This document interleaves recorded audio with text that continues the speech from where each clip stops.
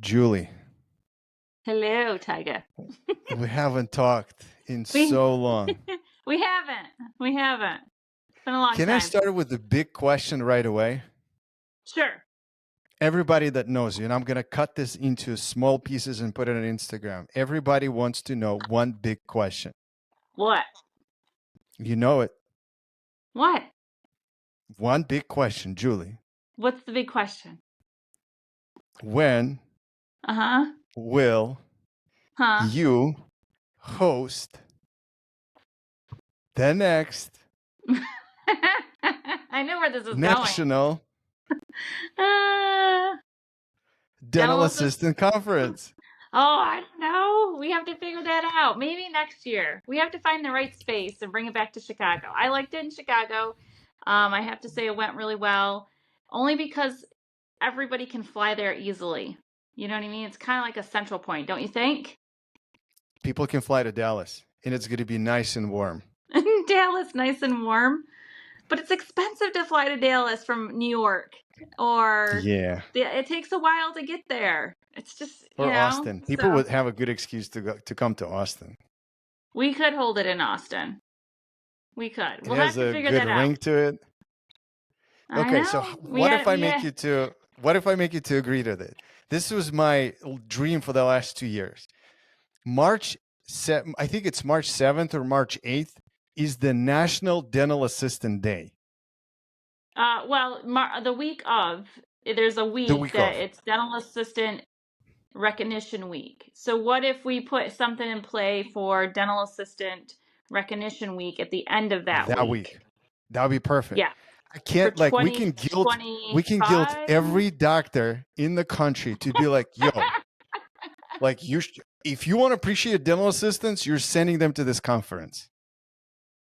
Yeah, we could have it a day and a half. Like, well, did we have it a day and a half or 2 days? 2 days. 2 days, I think it was. 2 days. I'm trying to remember. Yeah, we can have it and have the same speakers, and not the same speakers, but like the same speaker style. But maybe the same speakers, because there were some really good speakers. And Mary, that's coming to the conference in June, she wrapped up the end. She was a great keynote speaker, and I appreciate her stepping in and reining the reins because she did a great job. So we can So plan Julie, on it. March We got to plan 2nd through on it. March 8th Is in that when dental assistant? 2025. Yep. Yep. It's a Okay. Dental Assistant Recognition Week 2025 is March 2nd through March 8th. Okay. Well, maybe we can Then, get some like DNB on board, the Dental Assistant National Board, because they're the ones, yep. Yep. Yeah, March we could 8th do is a it. Saturday. So March. imagine 6th, 7th, and 8th. Like we can do a Yeah. reception like we did last time on a 6th, Yep. Friday the 7th, And and then a then half the day. 8th if Yep. you want to. Yeah. Half day on the And 8th. March 8th is the International Women's Day. Oh, okay. Well, there are male dental assistants. We can't leave out the male dental assistants. Yeah, but majority are going to be female. We can celebrate the heck out Right. of it Yes, that's true. with That's true. some party at the end. And Well, we'd have Friday night. We could have a really fun, I don't know, disco, I don't know, 80s themed, I don't know, night, I don't know, some yeah, type of party. yeah. But if it's in Austin, there's a big chance that 90% of the audience won't show up on Saturday. Well, that is true. That is true. So we could always do it Yeah, but Thursday we can night, brainstorm. Friday night.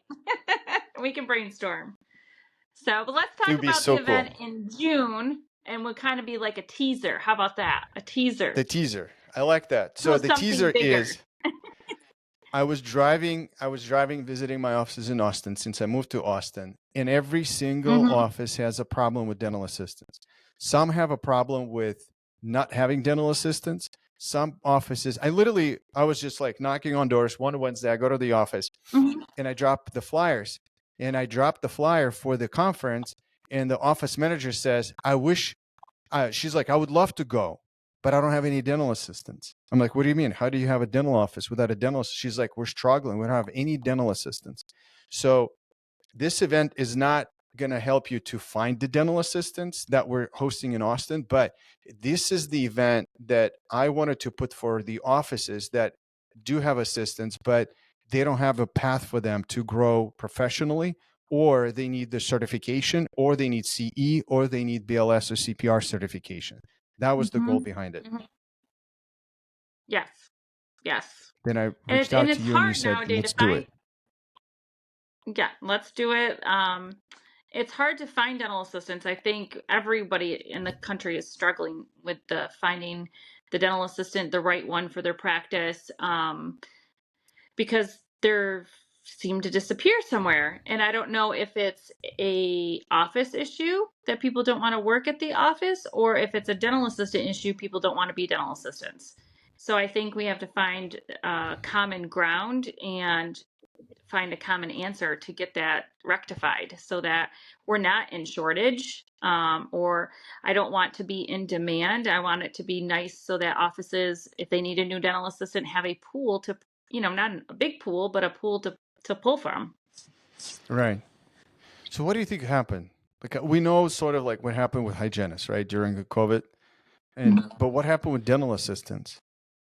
I think a lot of the dental assistants feel undervalued, underappreciated, not paid enough, not elevated, like not a lot of career ladder as a dental assistant or long-term longevity, as you want to say, in a dental practice because, nowadays practices are 10 times busier than what they were. We're demanded to do a lot more, but we're not compensated for that. They're not getting the pay. I don't expect to make $40, $50 an hour like a hygienist would, but I think they want to make a good living wage, where they don't have to work two or three jobs, where they don't have to worry about making ends meet or living paycheck to paycheck. Um, and it's kind of hard from my standpoint because one that does payroll, I know in overhead and I see the numbers and stuff, there's always room, even if it's $1 or $2. There's always room in the budget to give a little bit more, especially to that harder working dental assistant that she's leaving your practice or they're leaving your practice, excuse me, and they may be going to a second job because the one that they work most hours at can't afford living in Texas or California or, gosh, even in New York City, where the cost of living is much more expensive. Right. That is such a good point. I think it's brutal, and it really depends where the practice Mm-hmm. is. So, part of me, I wanted to ask you, what would be a good rate? But it's so hard to imagine. Like, it's hard to answer. Like, it depends on where you're at, right? So, like, you need to look around, and you need to be above McDonald's and Chick-fil-A, right? So, if you want the Yeah. quality people to There's work for you, Right. And there's so many factors that go into play, um, with like certification, states, rules, laws, regulations, what they can't do, how long they've been a dental assistant, what is the area currently getting for a dental assistant. If I work in upstate New York, but then I said, oh, I'm going to go down to New York City, the rate there is like $35 to $40 an hour sometimes for an assistant. But it also but the costs cost three of times living, the amount. Yeah, in New York City. So, yeah. it's not the same. Like people look at the numbers and be like, "Oh, yeah, I can make $35 an hour." But it's going to cost you for a 500 square foot apartment $2,000 a month. Apartment or shoebox? So, probably a shoebox. So people have to look at those factors of, yeah, all that plays in, from state to state. Also, they have to look in, sometimes dental assistants don't understand if there's benefits. If you get uniforms, that costs money. If you get health insurance, if you get a 401k, what else If you is get there? dental, Paid if the time doctor would do off, dental work on you. dental work for free. There's a lot of other stuff. And the only thing is like, oh, we get bonuses. Well, bonus is a bonus. It's not guaranteed income. So that should never be like a dangled carrot that doctors do. Oh, you get a bonus. It's a bonus if I work my butt off for you, so I get rewarded. But for me, a bonus is crap. I'd rather have it in my pay. Just pay me a couple more dollars an hour and I'll still do the same amount of work. I don't want the bonus. I mean, it's nice, but it's more like a carrot that's some dangle. So Interesting. they have, it has to be really, I think every practice is different and it has to be to their practice what they find is a good rate, shall I say? So, It's hard. The So struggle is real. yeah, let's try to look at the other side with just what you did a few minutes ago. You know, one of the pushbacks I get from doctors, they say, well, but you get some of the dental assistants now that they're entitled and they want to start with you at like a $30 an hour. Have you seen that? Oh yeah. And the thing is we have to remember we have to play the game, work hard to earn it. I mean, in this day and age, I do see the entitlement, and it's not just with it's a lot with the younger generation. Everybody wants to make a lot of money, but they don't want to work at it. They don't want to put in the time. They want to take the easy way out.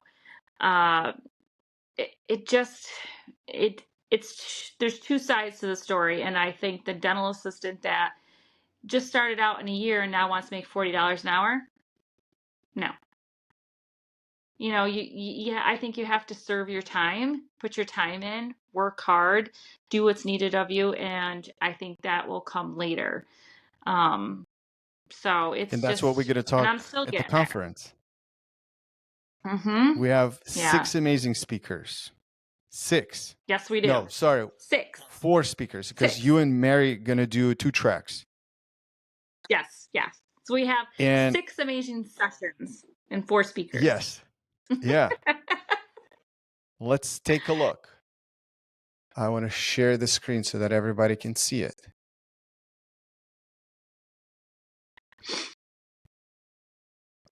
The conference in Austin is June 28th from 8 to 5. It's called Becoming a Badass Dental Assistant. Sorry for my language, but we all thought that it's a good title. It has dollar signs. It's supposed to have dollar signs. Yes. And we want the assistants to be really rock stars for your practice. So the track 1, Julie, Becoming a Badass Dental Assistant. Either badass or burnout. Mm-hmm. What a great topic. Can you give us a little spoilers? Right. Well, I'm going to talk about how to simplify your workload, finding the right office that fits you, fits your lifestyle, how to better help than hinder your practice, learn some little tips and tricks. Yeah. And if people want to know what your tricks are, they should check out your Instagram, which blew up recently. You have like 50,000 followers.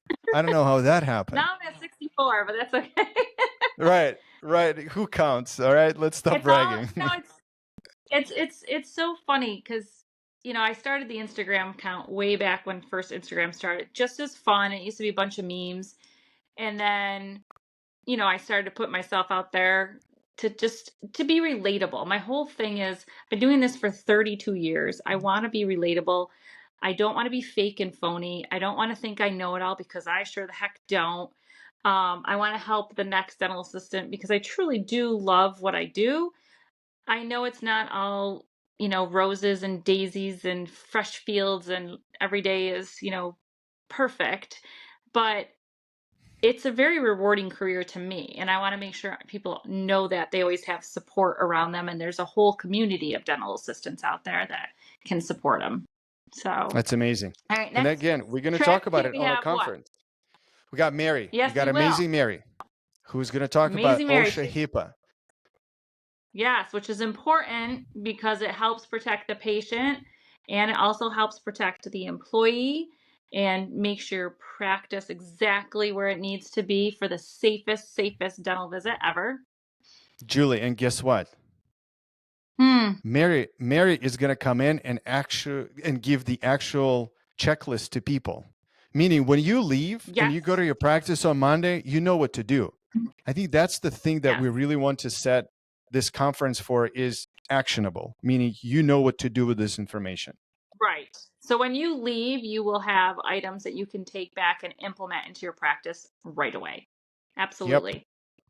Track 3, we're going to bring Cassie, who you haven't met yet, but she's awesome. She has a ton of energy. You can check out her Instagram. She is great. She's been working with ortho assistants across the country. She's been implementing Asana software into all these practices to have checklists and SOPs. Her brain is like a walking SOP. Like she knows everything about like standard operating procedures. And I wanted to bring her to talk to dental assistants how they can build Like imagine a dental assistant goes to the practice on Monday and again, sorry for generalizing, but she says, "Doc, I'm going to build SOP for this practice." And if she does it, do you think the doctor is going to be hesitant to give a raise? I doubt it. Right. So like Right. these are actionable things we're going to give to people that they can first earn it and have a way to earn like a higher pay and get paid more. But again, it's not the focus, but we just want to show people the path. All right. Track 4, Yeah, infection absolutely. control with Mary. Yes, Mary. She's the infection control guru. Oh, she is. She is. Indeed, she is. And then we got and to, she's got a great personality. So, yeah, she's and then we're awesome. gonna I'm so have happy. what? And then we have track 5. We got Julie again. How to calibrate the cast with your doctor. Mastering chairside Yes. assisting. Mm-hmm. You know a few And they'll things walk about it, away right? with something really big. They'll walk away with something really big that they can calibrate with their doctor immediately on Monday. So I will be giving them a little nugget. Well, not like a big nugget, but to go right back to their practice and implement with their doctor right away. So Amazing.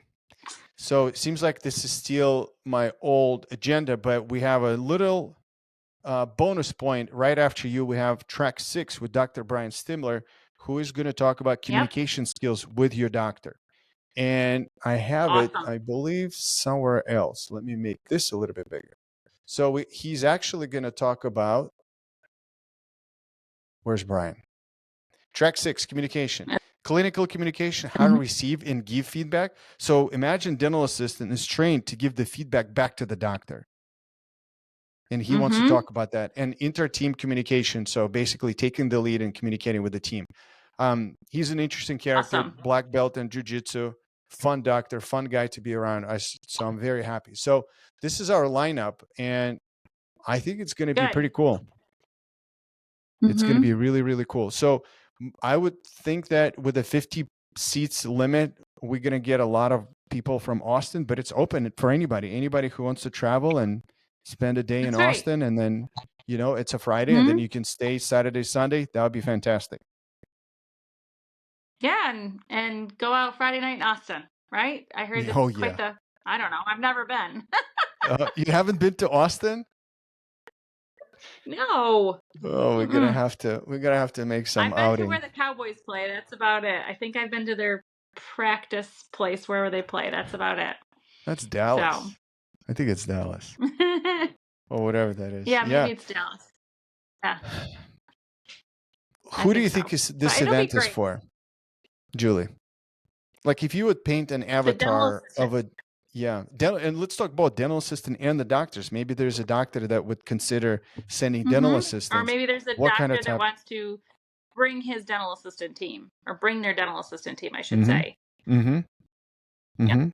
And give them a day that they deserve and some fun and meet other dental assistants just like them. That's what the great thing about it is, meet dental assistants just like them. Yep. Yeah. So who in your mind, I mean, if you would paint a picture of a dental assistant, who would that be? Who's perfectly fit for this event? One that's a go-getter, one that wants to be more or has struggling issues at the office, and they're just looking for solutions. And they're looking to be better than the next day. They're looking to help their doctor out, take some time out of their week. Maybe they work on Fridays, but they can get the day off and their doctor will send them. Or it's their day off and they want to come just to better themselves.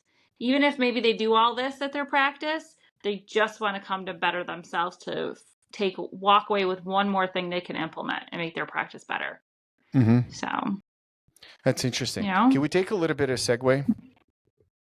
And I think it relates a little bit about where you at and what you currently do. Why do you think the dental assisting schools are not providing the talent that most dental offices need at the moment? Like, why do you think there's such a gap? If you see one, and we can talk about that too. I think a lot of the dental assisting programs are, and as one that ran a short program, are too short right now. I think there's so much we need to know.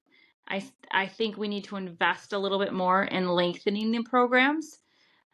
making the schooling a little bit difficult, to where it's a little bit more difficult to get in, to learn, to grow. I really think the short-term school programs are sometimes not where they need to be. And there's tons of them, and there's some amazing ones, but there's also the ones that are just there to get that person's money and not really invest in the dental assistant. On the other hand, too, I think that the dental assistant who's taking these programs has to make the investment and the time investment in themselves. They just can't think they're going to go into a program like this and learn it all in 10 to 12, 15 weeks. I mean, I have a 2-year program, and my dental assistants, after 2 years, yes, they're going to be registered with New York State, but they're not going to know it all. But they're going to have a 2-year solid foundation that they're going to have to continue learning. I do think it takes a lot of investment in yourself and dedicating yourself to this profession to know more and learn more. And if you just think you're going to get through dental assisting school and know it all, that's not the case. It takes a lot of work. I don't even know it after 32 years. I find out stuff all the time. And I'm learning new stuff all the time, especially since modern technology has evolved. So it really, I think the dental assistant has to invest in themselves just as much as that school has to invest in them. So I hope this doesn't sound like a pushback. I want to take it to the next level with you. When I talk to offices, the private offices, the feedback that I hear is, well, we're not looking for assistants out of the dental assisting schools because they come out, they still don't know. We have to teach them. We have to train them. The other feedback I hear is it's way too long because all I need them right now is to be the sterilization tech. And it feels like we can teach them how to do the sterilization tech, and then anything related to assisting we can teach because, we can do that in the office. How would you respond to that? Like, do you feel, or do you see where their program could be broken down into like, hey, first become a sterilization tech, go part-time and work at the office, and then keep working towards your dental assisting? I think the biggest issue is, one, that's crap. Two is that there's no standards. So it's not valued as being like a hygienist who has to go to school for 2 years and they have a standard. We don't have a national standard. Every state is different. And in the state of Texas, yes, you can be trained on the job, but there's, a couple things you have to do. There's just no standard. So they don't value an assistant getting the education and doing the right things for their practice. They'd rather, we'll just train them on the job and they can learn everything. But they don't learn, the head and neck anatomy like they should, or the anesthesia, what it does, or the things that I guess makes them better than the next person. It's hard to say, but my whole thing is there's no standards. So when you talk about dental assistants, everybody thinks, they can just be trained on the job because we have no standards. If we had a standards, we would be looked at more like a professional role. Like we would not be taking people off the streets and making them dental assistants if everybody came up with a national standard and saying that, you have to go to even a 1-year program or a 9-month program, whatever, but some type of schooling, because you're working on patients, you're working on the public. And nowadays, if I know what I knew now, if I knew now what I know now, or whatever the little saying goes, I would not want someone just off the streets working on my mouth, because I'd worry about infection control and them spreading the disease. I'd worry about they're doing things right. And some of these states are free-for-alls. Some of these states have no laws. There's no formal education, and they are placing composites, and they are cementing crowns on, and they are doing all this that really they've had no formal training in. You're talking about expanded function, right? Yes. Yeah. Some states call it expanded functions. Our state calls it registered. It's different.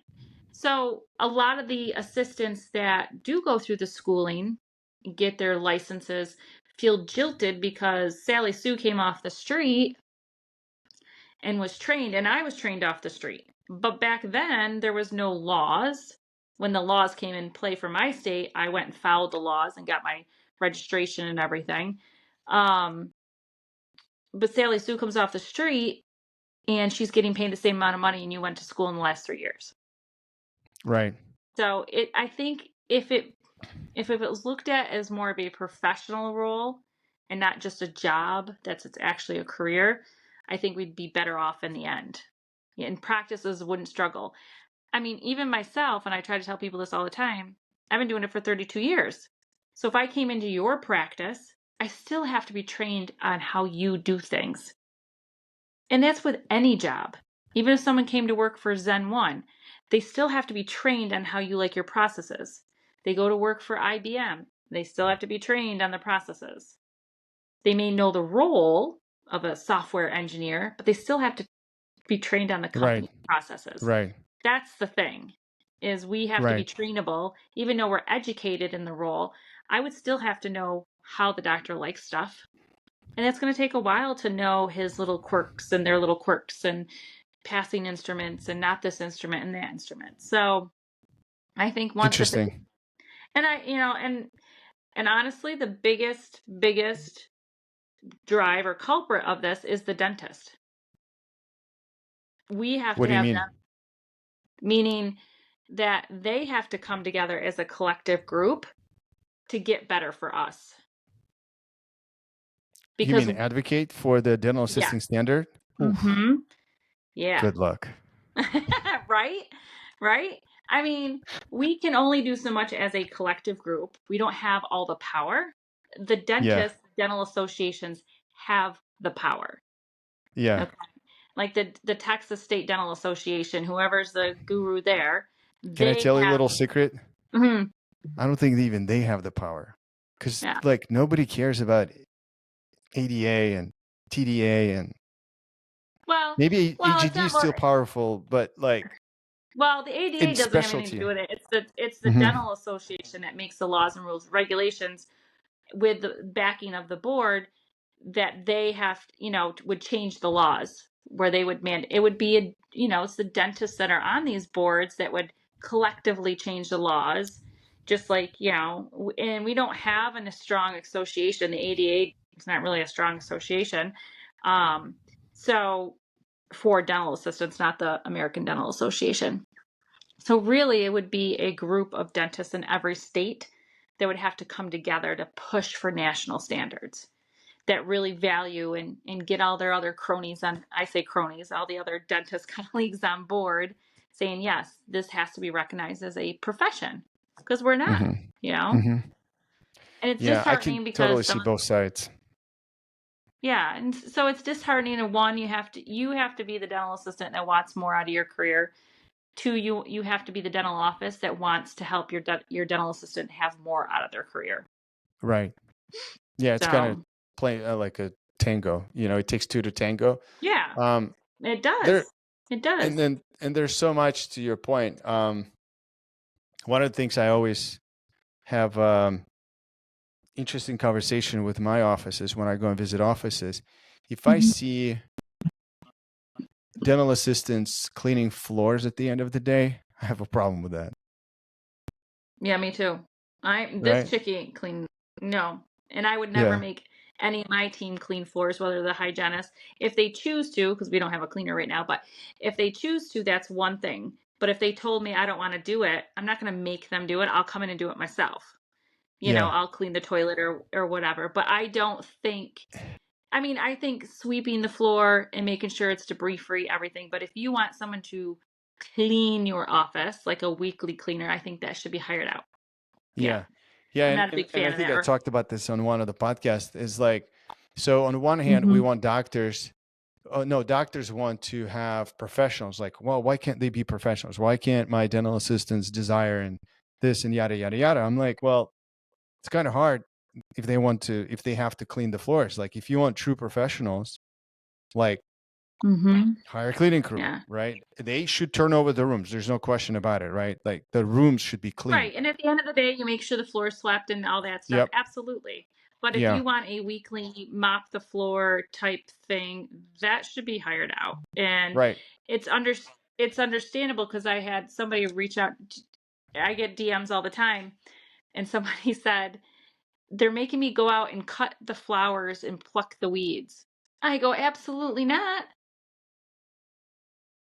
No. Absolutely not. So, and I actually want to find a dentist that makes people do that and try to steelman their argument because, like, right now, I mean, the average dental assistant now is going to be making what, $25 an hour? Like, the rate went up. And you really want your dental assistants to clean the floors and cut the flowers for $25 an hour? If that would be my practice, I'd have them all over the schedule, right? Start planning the clinical for the next day. Start planning procedures. Like, look at the supplies. Look at all the rest of the stuff. Even go to the front and Well, start calling people. yeah, and the thing is nowadays, if you need the job, you stay with the job. So you do what is ever's asked of you. So that's where the hard part is some of the dental assistants out there think they can't leave their practice, that they won't be able to find another job. No, that's not true. I was on Indeed last night again, and there is 42 jobs, excuse me, within a 50-mile radius of my home, and they've only been listed with the last 7 days. Yeah. Oh, yeah. 42 jobs as a dental Yeah. assistant. You can find a job as a dental assistant tomorrow in a different practice. Easy. There's so many office hiring. But let's talk about it, Julie, though. So let's just say somebody is stuck with their own practice. Let's not judge the practice because we don't know. Anything can happen. Right. There were moments in life when I was a bad boss and I made some really bad decisions, and some people still stuck with me, some left, and they would go and rightfully so complain about me. So if somebody is looking, what's the right way to leave your current job and get a new job? Like, walk me through. Well, How do you leave the current job? How do you talk about the salary with the new job? If they ask you how much you're currently making, how to make yourself look and be a professional? First, I think if you're in a situation where it's toxic and it's causing you mental anguish, you just need to leave. Put your notice in, because most likely what happens is when a dental assistant gives their 2-week notice, because you should always give a notice in writing, pen to paper, typed up, signed, whatever, to that office manager, to the dentist. I say go to the dentist, not the office manager. You go right to the dentist. And then leave. Because what happens is when you give the 2-week notice, it's most likely they're going to tell you not to come back. Happens all the time. Because I feel like they think that you need them more than you need them. The dental assistant needs the practice more than the practice needs them. No, it's the other way around. They need you also. Yes, you may need a job, but you can go get a job tomorrow as a dental assistant. Mm-hmm. So okay, so what's I think the notice, a written notice, 2 weeks, and if the doctor says, "Can you please stay? I'll give you $2 more an hour." Do you stay or do you still leave? it depends. It depends. I mean, if you're leaving for more money, okay. If you're leaving because the office is terrible and it's not the environment you want to work in, then you have to weigh Doesn't all your matter. options. Money is not a motivator to me about staying. It's being happy and wanting to go. But if you get in your car every morning and you feel like you want to drive it off a bridge and not go to work first, then you should not be working there. Like if you're getting angst, and then you should not be working there. No Okay. amount of money will take that away. So 2 weeks, most likely they'll tell you don't come back tomorrow, which I have a hard time imagining. But if you say that's the case, that's okay. And then what do you do? Then you start looking, or you start looking as soon as you're typing your notice? I think you should start looking when you become unhappy. Okay. And if you're unhappy because of certain things in the office, we need to start speaking up and saying things, because these things are not okay. Because sometimes the doctor puts the blinders on and lets other people handle it, but doesn't really see what's going on in the practice. So if there's things that are going on that are make you unhappy, I think bringing them right to the Morning doctor, huddles. oversee the office manager, or because most of them are not easy. What'd you say? I'm sensing your extreme love towards office managers. No, I love, hey, I'm a business manager on the side and my girls are awesome, but hey, they want something, they deal with it, figure it out, because I think everybody should be their own leader. I don't, and some office managers use it as what do you call it? A big I am type thing. Like they look down or, oh, I got this title, I'm an office manager. Most of them are awesome, but some of them are not. If you're in any dental assisting forums. Now it's a two-way street. Could be the assistant, could be the office manager. But I think if you have issues within and that you're not happy, you need to address those issues. If they don't get changed, then it's time to change. Simple as Okay. that. So do you recommend, how would you recommend a person properly interview with another office? So, because sometimes what offices, and I do that too, like when we interview somebody from another company like mine, I'm asking them a lot of questions about that business. So does the dental assistant tell what they do and how they do, or how they politely decline? Like what would be the right way to say, like what to share, what not to share? I don't think they should be negative at all. I think they need to be very positive that, if they get asked, well, why are you looking for another office or why are you leaving this office?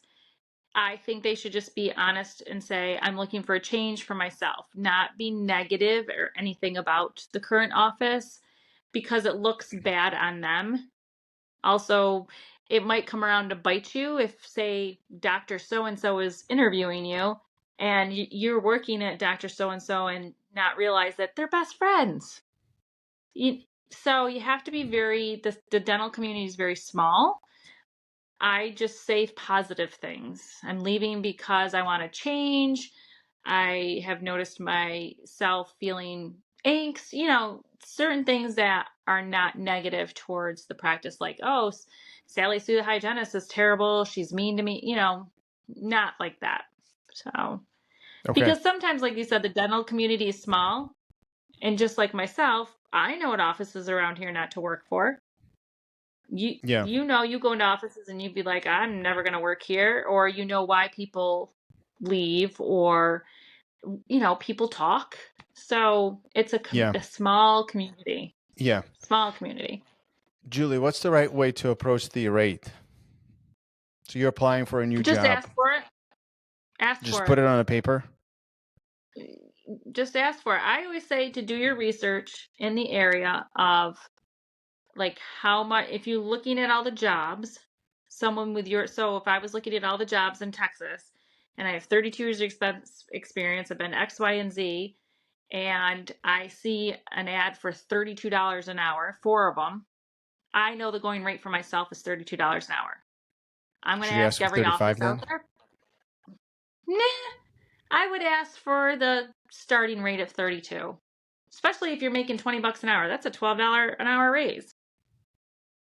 You have to think about that. So I always have you do your research, what the average hourly in your area is for someone with your experience.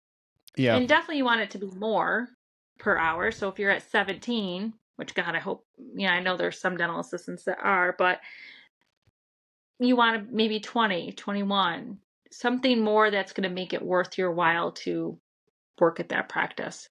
Yeah. But also you have to look at the benefits, people. Look at the benefits. Yeah. And also look at the career growth, right? So like one of the things I would recommend, I don't know how you'd look at it. So I would say, one thing is the rate. The second thing is to ask, what's the career path, right? I would ask up front. And I think these are some of the good questions. And in general, I have a pet peeve when people don't ask any questions. Like you should go into the practice starting from, Dr. Smith, what made you to decide to become a dentist? Why did you decide to start a practice? Are you the only owner, right? So like things like that. Some questions could be too much and you can say maybe personal and they can not answer those questions. But I feel like you should go to the interview with a list of 10 to 12 questions. And then one of the questions should be, what is the career path? Okay, so I'm going to start at 30. Like I have all these experience. how am I going to grow? Like, what the procedures you're going to do? How are you looking at the practice? Are you going to start doing implants, root canals, TMJ, like things like that, sleep apnea? Like, how are we going to grow this practice? So if I join, I don't want to be just doing fillings and no, I mean, it probably, again, don't get me wrong, like I'm just like sharing some of the stuff with you, like what's in my head. I wouldn't say it exactly. I don't want to do fillings. Obviously, you don't say that, but it's like, Right. how do you paint that you're looking for career growth? Yeah. I would just ask if there was rooms for opportunities. Some offices have lead assistants, some have, where they move into office managers. So you have to look at it if there's opportunities to grow. And that's what you should say. Hey, is there opportunities for me to grow? Whether that Every even doctor will being say, of able, course. yeah, well, and then you would say, well, what are those opportunities in the future? And they could say, well, you get yearly CE. That's great. That keeps me learning and engaging. Or we might have room for advancement for lead assistant, or becoming a clinical treatment coordinator, whatever the case may be. If they say, well, there's not really room for growth, but no doctors, they're not going to say, no, there's no room for growth because they Right. want to hire you. Right. But they have to be honest with like what type. When they say yes, you have to come back with, so what type of opportunities are there? Yeah. Can you please describe? Yeah, please, you have to ask these questions. You can't just take, oh yeah, there is, and then 2 years later you're into this job and there's been nothing. So Nothing. nothing. But some Oh, are, some dental assistants are they'll just work the job to work the job, which is okay. yeah. But we can't be complaining about it. Yeah. You know? So can we go back to I think it's a good example. So I feel like some doctors will get put on the spot if you say, can you describe? And some doctors would be like, well, it would be really nice if the assistant says, doctor, would you oppose that I help you develop that? Like, would you oppose that Mm-hmm. if you're willing to grow the practice, we can build the career track for all of the assistants in the practice where we have Right. the room for sterilization techs and we have the room all the way up to, the lead assistant on a clinical side or lead assistant on a business side. Mm-hmm. And then just go help do that. Yeah. I think it's good to have initiative, and I think some doctors would be like, oh, okay, because because they're looking at it as you take things off their plate. Oh, yeah. And some might take it their own way too. So like, it really depends on who you're interviewing. Some people would be like, know it all. But if they take it the I don't wrong want way, that. do you really want to work there? Good point. It's a filter. Mm-hmm. I mean, because some dentists are control freaks. There are some out there that are control freaks, or at least they try to be. Yeah. Okay. Yeah. At least they try to be. What an interesting But these world. will be all. I know these will be all great conversations for the panel discussion on the Right, 28th. exactly. June 28th. Get your Too many tickets. nuggets. Nobody will want to come. No, You in know? person is always best. Plus, Mary's Yes, not it here, is. Cass is not here, Brian is not here. Right. So if we wrap this up, what would you say, like how to get unstuck? Like if somebody feels stuck, how do you feel, or what would you recommend for someone to get unstuck? To sit down and write down your priorities. Like what is important to you in a job? What do you like doing? What you don't like doing? What you love about your practice? What you don't love about your practice? And see if there's any things you can fix or come up with solutions for. Go to your doctor. The biggest thing they have to do is talk with their doctor. And not just the office manager. Yes, relay it, because some office managers are awesome and be like, you can come to them and they fix the problem for you. But if not, then you need to go to the doctor, especially if it's something chair side where you're just not, syncing up. So go to them so it doesn't escalate, because I think that's what happens a lot with dentists. And if they're listening to this, if something doesn't go well during that procedure, you need to tell the assistant right after that procedure. Not 3 days later, not 2 days later, not, 4 months later when it happens Not at the again, Christmas and party. you get so not at the Christmas party when you're handing out bonuses, but oh, Imagine by in the the way, you envelope suck it says, CARES Act. "Remember that day when you had to run to get me the instrument 3 times? I deducted $300 off your bonus." And the best thing they can do about it is be humble about it. Like, hey, we Yeah. had this procedure this morning and you left this and this. What can we do better? I mean, I talk with my doc all the time and I messed up today. I gave him the wrong platform size for restoration of abutment, and it was my fault. He gave me the implant size. I even double checked on her treatment plan. And I'm like, yep, you can use this tie base and this. Well, he sent me a nasty little text this morning. It wasn't nasty, but I always say it's nasty because he tried 3 or 4 different abutments and they did not work. And then I looked at the platform like, no, you have to use the scan body and you have to send that to the lab because it's a small platform size. And once he did that, it worked. But it was my fault because I did not. And I think that's the biggest mistake we make as dental assistants. We need to own our mistakes. Go to the doctor, say, you know what? I screwed that up today. What can we do better? Because they don't know it all. We don't know it all. So Right. that's the biggest thing we can do. Such a good point.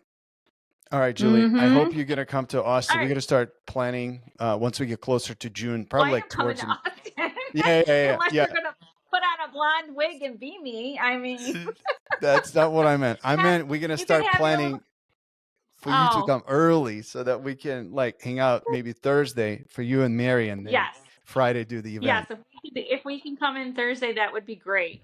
Yeah, And then we can hang out Thursday night for dinner. Yep. Yeah. Because it takes me a while to get there. I did look at flights, so yeah. All right, well, I look forward to seeing everybody in Austin. Hope there's a direct flight from, but you're flying from Syracuse or Albany. There might be a brief flight, but I'm not sure, but I'll look again. So you let me know. Okay. So I will see everybody on the 28th June 28th, of June. People. Sounds good. Thank you, Julie. I really mean that. And so let's start planning March 2nd through March 8th, 2025 for the National Dental Assistant Conference. Dental Assistant National Conference. Yeah. Excellent. Yes. We will start planning. We'll talk about it when I come to Texas. Okay. We'll talk, and we'll get Mary's feed on that too. Oh, she'll say, do it. Yeah, she will. So sounds good. Thank you, Julie. All right. I'll talk to you soon. Talk soon. Bye.